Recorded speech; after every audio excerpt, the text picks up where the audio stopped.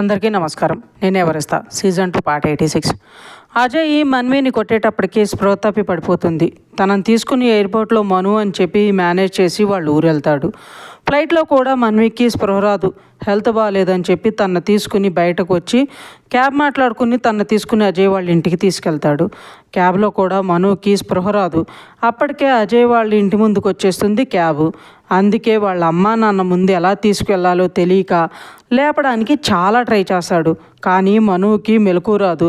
Health బాగాలేదు, జ్వరము, నీరసము, drug effect అన్నీ కలిపి మనుకి స్పృహ రాదు. సరే ఏదైతే అది అయిందని ఇంకా అజయ్ మనుని చేతులతో ఎత్తుకుని లోపల తీసుకెళ్తాడు.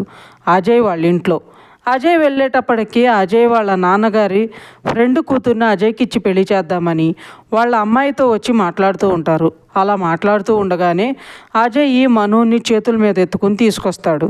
అజయ్ చేతిలో ఉన్న మనుని చూసిన అజయ్ తండ్రి షాక్ అయ్యి లేచి నిలబడతాడు. ఆయన్ని అలా చూసిన మిగతా వారు కూడా అజయ్ని చూసి షాక్ అవుతారు. అజయ్ తండ్రి తేరుకుని కోపంగా, ఎవర్రా అమ్మాయి, ఆమెను అలా తీసుకొచ్చావేంటి, అసలు ఏం చేస్తున్నావురా అని అసహనంగా అడుగుతారు. అజయ్ అప్పటికే మనుని అలా పట్టుకుని నిలబడటం, బయట వాళ్ళ ముందు తండ్రి అలా అడుగుతుంటే అజయ్కి ఏం చెప్పలేకపోవడం, కొంచెం అసహనంగా ఉంటాడు. మను ఎవరు అని చెప్పొచ్చు, కానీ మను తీసుకునే డ్రగ్స్ గురించి తెలిసాక మను మీద అసహ్యం ఏర్పడుతుంది.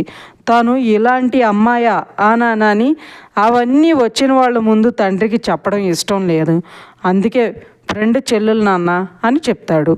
అజయ్ తండ్రి అసహనంగా, ఫ్రెండ్ చెల్లెలు అయితే ఆ అమ్మాయిని నీ ఫ్రెండ్తో ఉండాలి, కానీ నువ్వు అలా ఎందుకు ఎత్తుకుని తీసుకొస్తున్నావు అని అడుగుతాడు. అజయ్కి ఆ మాటకి ఏం చెప్పాలో అర్థం కాక అసహనంగా తండ్రి మీద అరిచేసి మనుని గదిలో తీసుకువెళ్తూ ఉంటాడు పడుకోబెట్టడానికి. అజయ్ తండ్రి కూడా వెళ్తుంటాడు వాళ్ళ రూమ్ లోపలికి. వాళ్ళు రూమ్లోకి వెళ్ళే లోపలే మనుకి స్పృహ వస్తుంది. మను కళ్ళు తెరిచి చూసేటప్పటికి తాను అజయ్ చేతుల్లో ఉండడం చూసి అమాంతంగా దూకేసి అజయ్ని బలవంతంగా తోసేస్తుంది. భయపడి మను అలా చేస్తుందని ఊహించిన అజయ్ తోసేటప్పటికి ఆపుకోలేక వెనుక ఉన్న తండ్రి మీద పడిపోతాడు. వెనకే ఉన్న అజయ్ని పట్టుకుంటాడు. మను అంతటితో ఆకోకుండా తన చేతికి అందిన వస్తువుల్ని అజయ్ మీదకి విసిరి కొడుతూ ఉంటుంది. దాంతో అజయ్ తండ్రి కోపం వచ్చి మను మీద అరిచేస్తాడు. ఆ అరుపుకు భయపడిన మను వెంటనే అజయ్ వెనక నుంచుని అజయ్ షర్ట్ గట్టిగా పట్టుకుంటుంది. అలా పట్టుకోవడం కూడా అజయ్కి నచ్చదు. మను వంక కోపంగా చూస్తాడు. అజయ్ కోపంగా చూడగానే భయపడి మను హాల్లోనే ఒక మూలకు వెళ్ళి కాళ్ళు ముడుచుకుని కూర్చుని భయంగా చూస్తూ ఉంటుంది.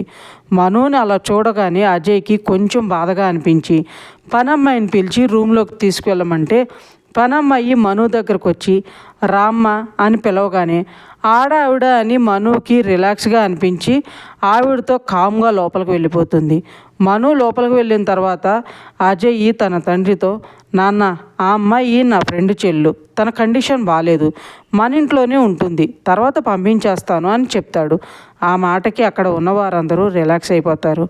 అజయ్ తండ్రి వెంటనే తన ఫ్రెండ్ కూతుర్ని చూపించి, ఇతను నా ఫ్రెండు, నీ తెలుసుగా, వాళ్ళ కూతుర్ని నీకు ఇచ్చి పెళ్లి చేద్దామని దాని గురించి మాట్లాడదామని వచ్చారు, టైంకి నువ్వు ఉన్నావుగా, కూర్చో మాట్లాడుకుందాం అని అంటారు ఆయన. ఆ మాటకి అజయ్ కోపంగా, నాన్న ఎన్నిసార్లు చెప్పాను నాకు పెళ్లి మీద ఇంట్రెస్ట్ లేదని, నన్నెందుకు మీరు ఎంత ఫోర్స్ చేస్తున్నారు అని కోపంగాని చిరాగ్గా ఉండడంతో రూమ్లోకి వెళ్ళిపోతాడు. అజయ్ నాన్నగారికి చాలా అసహనంగా ఉంటుంది. ముందు నుండి పెళ్ళి వద్దు అంటున్నాడు అని, తన ఫ్రెండ్ సర్కిల్లో వాళ్ళు ఎంతమంది వస్తారు పిల్లని ఇస్తామని, కానీ అది ఒప్పుకోపోవడంతో తను అలా వెళ్ళిపోవడంతో ఆయనకి అసహనంగాను కోపంగాను ఉంటుంది అజయ్ మీద. కానీ అది తన ఫ్రెండు వాళ్ళ కూతురు ముందు చూపించలేక వాళ్ళకి, నేను మాట్లాడతాను, ఆ అమ్మాయి పిచ్చి అమ్మాయిలా ఉంది, ఎంత చిరాకు చేసిందో చూశారుగా, ఆ చిరాకులోనే అలా అంటున్నాడు, నేను మాట్లాడి మీకు ఫోన్ చేస్తాను అని సర్ది చెప్పి పంపించేశాక ఇంకా కోపం ఆకక భార్య మీద కోపం అంతా చూపిస్తారు. ఆవిడకి కూడా చాలా బాధగా ఉంటుంది. కొడుక్కి చెప్పలేక, భర్తను సముదాయించలేక ఏం చేయాలో అర్థం కాక, నేను అజయ్తో మాట్లాడతాను, మీరు ప్రశాంతంగా ఉండండి అని చెప్పి అజయ్ని పెళ్లి కొప్పించడానికి రూమ్కి వెళ్తారు. అజయ్ వాళ్ళ అమ్మని చూసి లేచి కూర్చుని రా అమ్మ అని పిలుస్తాడు. ఆవిడ లోపలికి వెళ్ళి కూర్చోగానే వాళ్ళ అమ్మ ఒళ్ళో పడుకుంటాడు. ఆవిడ అజయ్ తల నిమురుతూ ఉంటారు. అజయ్ పడుకుని ఏమన్నా మాట్లాడాలా అమ్మా అని, పెళ్లి గురించి అయితే ఇంట్రెస్ట్ లేదమ్మా, చిరాగ్గా ఉంది అంటాడు. ఆవిడ అలానే తల నిమురుతూ, అలా కాదు నాన్న, పెళ్ళి ఎందుకు వద్దు అంటున్నావు? మాకు నువ్వు ఒక్కగానొక్క కొడుకువి. మీ నాన్న బిజినెస్ చేసి బాగానే సంపాదించారు. నువ్వు నీ డ్రీమ్ ప్రాజెక్ట్ అని దాని గురించి కష్టపడి సాధించావు. మనకి డబ్బుకి ఎటువంటి లోటు లేదు నాన్న. మాకు ఉంటుందిగా, మా కొడుక్కి మంచి సంబంధం చూసి పెళ్లి చేసి మా కళ్ళ ముందే కొడుకు కోళ్ళ సుఖంగా ఉండి పిల్లా పాపలతో మా కళ్ళ ముందు హాయిగా ఉంటే చూసుకోవాలని ఉంటుందిగా. మా కొడుకు పిల్లలతో మేము ఆడుకోవాలని సరదాగా ఉండాలని మాకు కూడా ఉంటుందిగా నాన్న అంటారు. అజయ్ అన్నీ విన్న తర్వాత లేచి, ప్లీజ్ అమ్మా, ఈ పెళ్ళి పిల్లలు అంటే నాకు ఇంట్రెస్ట్ లేదు. ఇప్పుడు మీరు చూసిన అమ్మాయి మన డబ్బు చూసి వస్తే, మనకు డబ్బులు లేకపోతే నేను ప్రాజెక్టులు చేస్తూ బిజీగా ఉంటే అర్థం చేసుకోకుండా ఉండే మా మధ్య గొడవలు అశాంతి తప్ప ఏమీ ఉండదమ్మా. అందుకే నాకు ఈ పెళ్ళి వద్దమ్మా. ఎప్పటికైనా నన్నుగా ప్రేమించి నన్నుగా అర్థం చేసుకునే అమ్మాయి వచ్చినప్పుడు తప్పకుండా పెళ్లి చేసుకుంటాను. అమ్మ, నన్ను వదిలేయండి ప్లీజ్ అమ్మ అంటాడు. ఆ మాటకు ఆవిడ ఆలోచిస్తూ అజయ్ని వదిలేసి బయటకు వస్తారు. ఆవిడ బయటకు రాగానే అజయ్ తండ్రి ఆతృతగా ఏమన్నాడు అని అడుగుతారు. ఆవిడ జరిగింది చెప్పగానే ఆయన కోపంగా, వీడికి ఇదేం ఆలోచన, ఆ అమ్మాయిని అంత డబ్బున్న వాళ్ళని వస్తూ ఉంటే పెళ్లి చేసుకుండా ఎవరో రావాలి అర్థం చేసుకోవాలంటున్నాడు అని కోపంగా అంటారు. అలా కొన్ని రోజులు పోయాక అజయ్ తండ్రి ఒకరోజు అజయ్ని మను గురించి అడుగుతారు. ఆ అమ్మాయిని పిచ్చిదానిలా ఉంది, ఎన్ని రోజులు ఇంట్లో ఉంటుంది, ఎంత పిచ్చి అమ్మాయి అయినా చుట్టూ ఉన్న వాళ్ళు నలుగురు నాలుగు రకాలుగా అనుకుంటారు. అయితే నీ ఫ్రెండ్ చెల్లి అన్నావు కాబట్టి వాడికి అప్పగించు, లేక హాస్పిటల్లో జాయిన్ చేయి, ఎంత ఖర్చు అయినా మనం పెట్టుకుందాం అని చెప్పేస్తారు. ఆ మాటకి అజయ్ ఆలోచనలో పడతాడు. మనుని తీసుకెళ్ళిన ఒక 2 రోజుల తర్వాత వినోద్కి కాల్ చేస్తాడు అజయ్. వినోద్ ఫోన్ లిఫ్ట్ చేయగానే అజయ్ ఇంట్లో జరిగిందంతా చెప్పి, వినోద్, నాన్నకి మను ఇంట్లో ఉండటం ఇష్టం ఉండడం లేదురా, పంపించేయమంటున్నారు, ఏం చేద్దాం, నువ్వు వచ్చి తన్ని తీసుకెళ్తావా, అక్కడ ఎంక్వైరీ చేసి ఆమెను వాళ్ళకి అప్పగించేసి వద్దు కానీ అని అంటాడు. వినోద్, అజయ్, నేను రావడం కుదరదురా, ఇంట్లో మా పెళ్లి మాటలు జరుగుతున్నాయి, కొంచెం ప్రాబ్లంగా ఉంది అంటాడు. అజయ్ విసుగ్గా, అయితే ఇప్పుడు నేనేం చేయాలరా, ఇంట్లో ఉంచుతుంటే ఊరుకోవడం లేదు అని, నువ్వు రాకపోతే నేనైతే పోలీస్ స్టేషన్లో అప్పగిద్దాము అని అనుకుంటున్నాను అంటాడు. వినోద్ కొంచెం ఆలోచించి, నువ్వు పోలీస్ స్టేషన్లో అప్పచెప్పేస్తే తనకి సెక్యూరిటీ ఉంటుందన్న గ్యారంటీ లేదు, పైగా తన మెంటల్ కండిషన్ బాగాలేదు, పైగా ఆడపిల్ల, కొంచెం అర్థం చేసుకోరా అని అంటాడు. అజయ్ చిరాగ్గా, మరేం చేయాలరా, నువ్వు ఎలా అంటున్నావు, ఇంట్లో నాన్న అలా అంటున్నారు, ఆ అమ్మాయి డ్రగ్స్ తీసుకుంది అంటున్నారు, తను ఎలాంటిదో ఏంటో అంటూ విసుక్కుంటూ ఉంటాడు. వినోద్, అజయ్ ప్లీజ్ రా, తను డ్రగ్స్ తీసుకున్న తనను చూస్తే అలా వదిలేయాలి అనిపించడం లేదురా అని, ఒక పని చెయ్యి, ముందు తన్ని ఒక మంచి డాక్టర్ దగ్గర చెక్ చేయించు, రిపోర్ట్స్ని బట్టి తన్ని హాస్పిటల్లో జాయిన్ చేసి తనకు ట్రీట్మెంట్ ఇప్పించాక అన్నీ గుర్తొచ్చాక తన్ని వాళ్ళకి అప్పగించుదాం అని అంటాడు. అజయ్ కూడా ఆ మాట కరెక్ట్గానే అనిపించి, సరే నీ మాట ప్రకారం తన్నే ఒక స్పెషలిస్ట్ దగ్గర టెస్ట్ చేయిస్తాను అని ఒక డాక్టర్ దగ్గర తీసుకెళ్తాడు. అక్కడ ఆయన అన్ని టెస్టులు చేయించి తన కండిషన్ వివరంగా చెప్పి, మను వాంటెడ్గా డ్రగ్స్ తీసుకోలేదని, ఎవరో తను తినేవాటిలో తాగేవాటిలో కలిపి తీసుకునేటట్లు చేశారా అనిపిస్తుంది అని చెప్పి మందులు రాసిచ్చి తన్ని రెగ్యులర్గా మందులు వేసుకునేటట్లు చూడమని చెకప్కి తీసుకురమ్మని పంపిస్తాడు. అలా అజయ్కి మను మీద అసహ్యం పోయి మంచి అభిప్రాయం ఏర్పడుతుంది. అలా తనకి రెగ్యులర్గా ట్యాబ్లెట్లు వేయించడం, డాక్టర్ చెకప్ అన్నప్పుడల్లా తీసుకెళ్ళడం, మను అంటే ఇష్టం ఏర్పడుతుంది అజయ్కి. మనుకి అజయ్ తన్ని అంత బాగా డీల్ చేస్తూ ఉండడంతో ట్యాబ్లెట్స్ వల్ల తను కొంచెం సెట్ అయ్యి అజయ్ని మాత్రమే దగ్గరకు రానిస్తుంది. అజయ్ మనుకి అలా ఇంపార్టెన్స్ ఇవ్వడం ఇష్టం లేని అజయ్ తండ్రి అజయ్తో మనుని ఇంట్లో నుండి పంపించేయమంటాడు. అజయ్కి మనుని పంపించేయి అనే మాట నచ్చక ఆలోచనలో పడతాడు.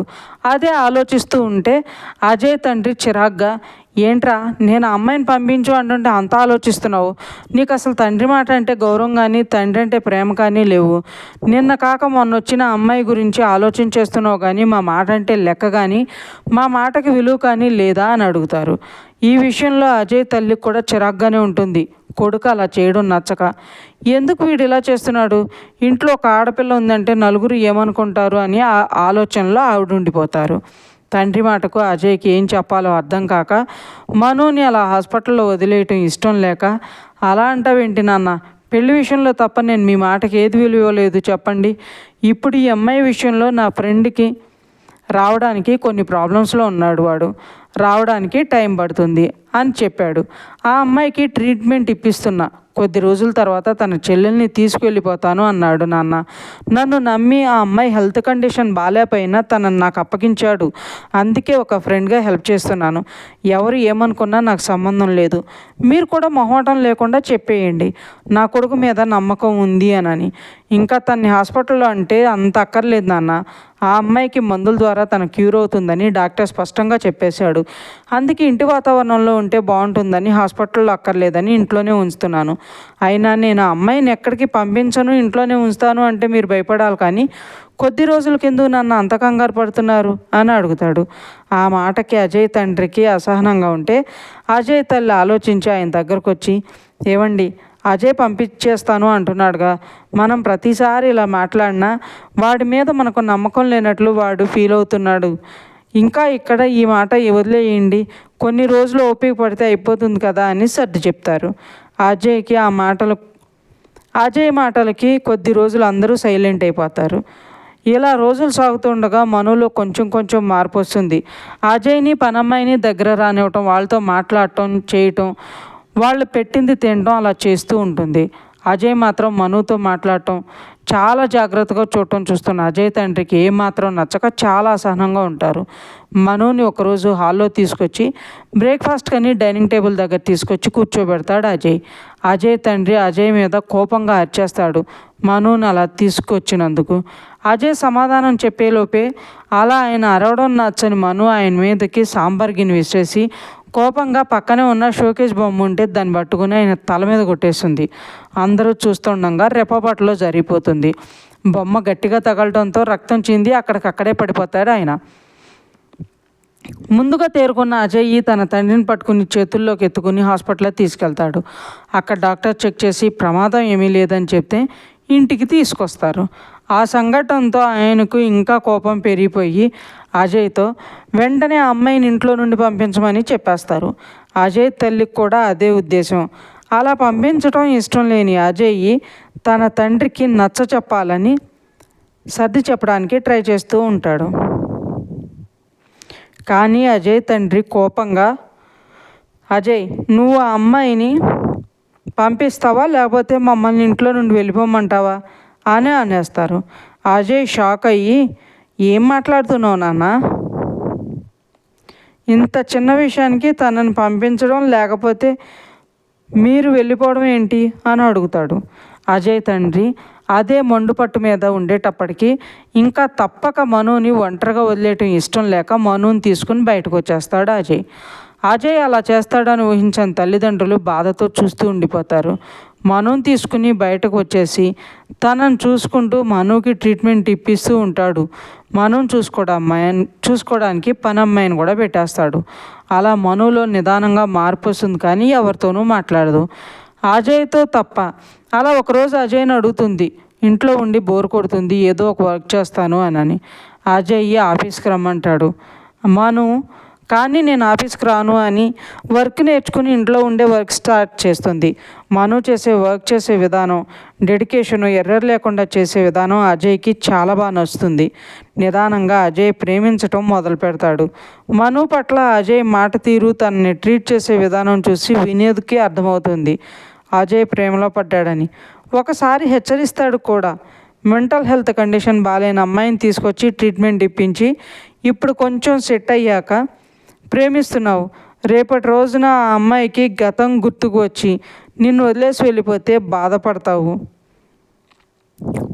ఆ అమ్మాయి గతంలో ఎవరున్నారో తెలీదు, తను ఏం చేసేదో తెలీదు అని అంటాడు. కానీ అజయ్ అవేమీ పట్టించుకునే పరిస్థితిలో ఉండడు.